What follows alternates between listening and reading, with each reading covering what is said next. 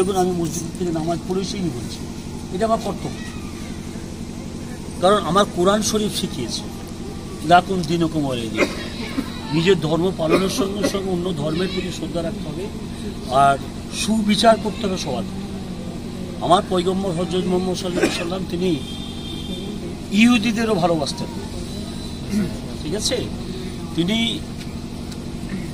তার পথে কাঁটা বিছিয়ে রাখতো একজন ইহুদি মহিলা। দেখলেন কয়েকদিন সেখানে কাঁটা বিছানো নেই। তিনি সাহাবাদের প্রশ্ন করলেন কী ব্যাপার, কাঁটা বিছানো কদিন দেখছি না। বলে ওই ইহুদি মহিলা অসুস্থ। আমার হুজুর পাক সাল্লাল্লাহু আলাইহি সাল্লাম, পয়গম্বর হযরত মুহাম্মদ সাল্লাল্লাহু আলাইহি সাল্লাম, তিনি বললেন চলো আমি তাকে দেখতে যাব। তো এটা হচ্ছে ইসলামের শিক্ষা। তাই জেনে রাখুন যে যিনি একজন প্রধানমন্ত্রী হবেন বা মুখ্যমন্ত্রী হবেন, তাকে হিন্দু মুসলমান শিখ ইসাই সকলকে নিয়ে চলতে হবে। আমাদের রাজ্যের মুখ্যমন্ত্রী এতটুকু বাড়িয়ে নিয়ে বলছি না, তিনি হিন্দু মুসলমান শিখ ইসাই সকলকে নিয়ে চলছেন।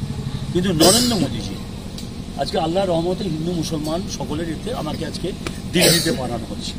দিল্লিতে আমি পার্লামেন্টে গেছি, সেখানে গিয়ে যখন আমাদের দলনেতা সুদীপ বন্দ্যোপাধ্যায়, কল্যাণ বন্দ্যোপাধ্যায়, আমরা যখন প্রশ্ন করি পার্লামেন্টে, প্রশ্ন রাখা হয় যে আপনি 4.5-5 বছরে কী করেছেন,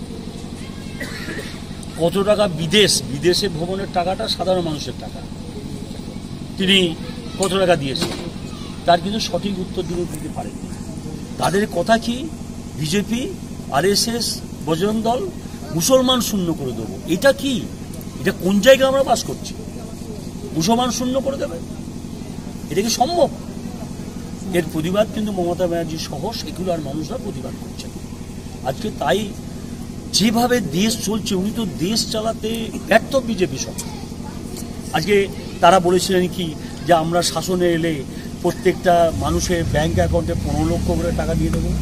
এখানে এতজন তো মানুষ আছেন, কেউ বলুন 15 লক্ষ ছাড়া কি 1500 টাকাও কেউ পেয়েছে? ভাওতাবাজি। নাম্বার 2 বলেছিলেন যে বেকারদের আমরা বছরে 2 কোটি করে চাকরি দেব। বেকার ছেলেরা অনেকে প্রলোভনে পড়েছিল, ওরা শাসনে এসেছে, আমরা অস্বীকার করছি না। কীভাবে এসেছে যেতে হবে যে কথা শোনা যাচ্ছে সম্পর্কে, এটাও তো অনেকের মনে সন্দেহ জেগেছে। তাই ইভিএমে কারচুপি না করে, যেমন আগে ব্যালটে ভোট হলে দেখুন ওই যেমন এত ইভিএমে যে কেউ যদি রিগিং করে, এত রিগিং করা সম্ভব হয় না। ইভিএমে কারচুপি যেটা হয়, ব্যালটে সে কারচুপি হবে না, কারণ ব্যালটটা একবার যদি গণনা হলো, কি একজন ক্যান্ডিডেট জিতে গেল, ব্যালট নিয়ে আবার সেটা পরীক্ষা হবে।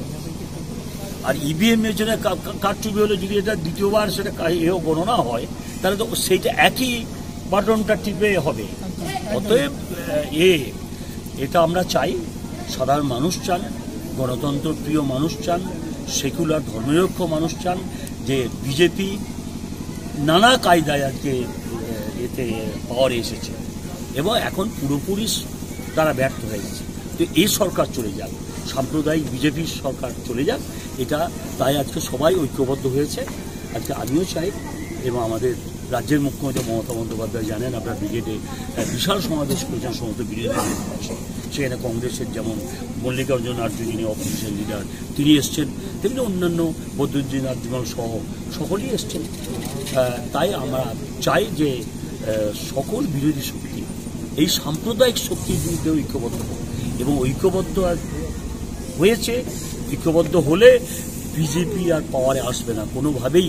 বিজেপি যত বড় বড় কথা বলুক, আজকে প্রধানমন্ত্রী বড় বড় কথা বলুন, বা তার ওই অমিত শাহের মতো মানুষরা যত কথা বলুন, তারা কিন্তু পারবে না। আর এই পশ্চিমবঙ্গ সাম্প্রদায়িক সম্প্রীতির মাঝে, এখানে আমরা হিন্দু মুসলমান শিখ ইসাই একসঙ্গে চলি, এখানে এত কিসের গর্জন? আজকে গুজরাটে মিটিং করতে পারছে না, রাজস্থানে মিটিং করতে পারছে না, মধ্যপ্রদেশে মিটিং করতে পারছে না, পশ্চিমবঙ্গে এসে বড় বড় কথা বলছে। তাই এরা যে বড় বড় কথা বলছে, এদেরকে বলি যে ওই অনুব্রত মণ্ডল যেমন বলছে এদেশে পাচন খাওয়ানো, অনুব্রত মণ্ডল যেমন বলছেন এদিকে দরকার, ওইসব এই বিজেপিকে ঠান্ডা করতে গেলে ওই রকম পাচনের দরকার, এবং সেই পাচনের জন্য মানুষ তৈরি হয়ে আছে। বিজেপি 2019-এ ফিনিশ হয়ে যাবে, আমার ধারণা, আমাদের ধারণা দূরবীন দিয়ে দেখতে হবে বিজেপি। সম্প্রতি একটা বিষয় বিভিন্ন মহল থেকে প্রশ্ন আসছে যে মমতা ব্যানার্জি এবারে প্রধানমন্ত্রী হওয়ার সম্ভাবনা আছে, এই বিষয়ে আপনি কি বলবেন? দেখুন, এটা তো ভারতবর্ষের ধর্মনিরপেক্ষ মানুষ চাইছেন যে মমতা ব্যানার্জি প্রধানমন্ত্রী হন। কেন?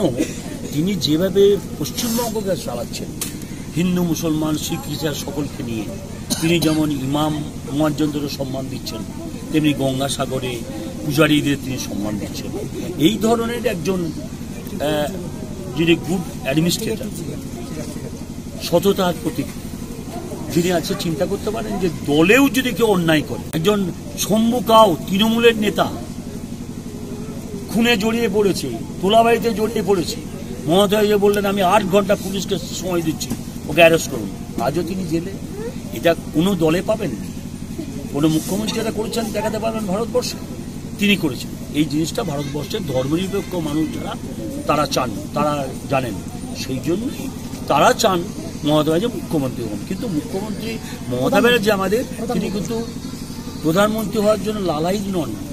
তিনি ব্রিগেডে বলেছেন যে আমরা আগে বিজেপিকে হটাই, তারপর আমরা প্রধানমন্ত্রী কে হবেন আমরা ঠিক করব। এবং তিনি রেলমন্ত্রী যখন ছিলেন তখনও কিন্তু তিনি মানুষের স্বার্থে রেলমন্ত্রী ছেড়ে দিয়েছিলেন, মনে আছে? তাহলে এইরকম একজনের উদাহরণ আপনি দিতে পারবেন আমাকে? বলুন যে রেলমন্ত্রী পদ থেকে ইস্তফা দিয়েছেন সাধারণ মানুষের স্বার্থে। তাই সেই জন্যই বহু কারণেই আজকে মমতা ব্যানার্জিকে মানুষ চাইছেন তিনি প্রধানমন্ত্রীর আসনে বসে।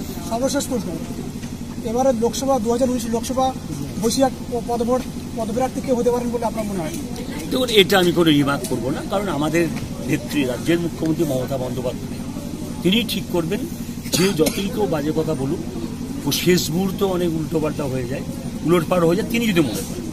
তো আমরা আমাদের নেত্রী সাম্প্রদায়িক সম্প্রীতির প্রতীক, রাজ্যের মুখ্যমন্ত্রী মমতা বন্দ্যোপাধ্যায়ের প্রতি আস্থাশীল, তিনি যাকে ভালো মনে করবেন। Press the bell icon on the YouTube app.